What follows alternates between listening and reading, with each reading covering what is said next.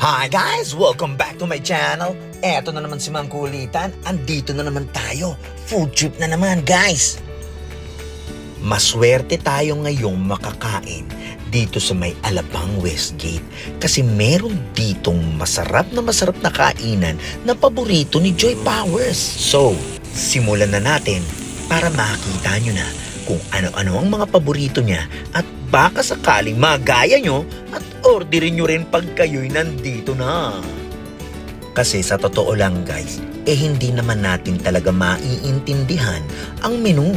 Kasi syempre, iba ang lengguwahe dyan. At dahil si Joy Powers ay lagi nandito, di sundan nyo na lang kung anong in-order niya. Tingnan yung picture, ipakita nyo sa waiter.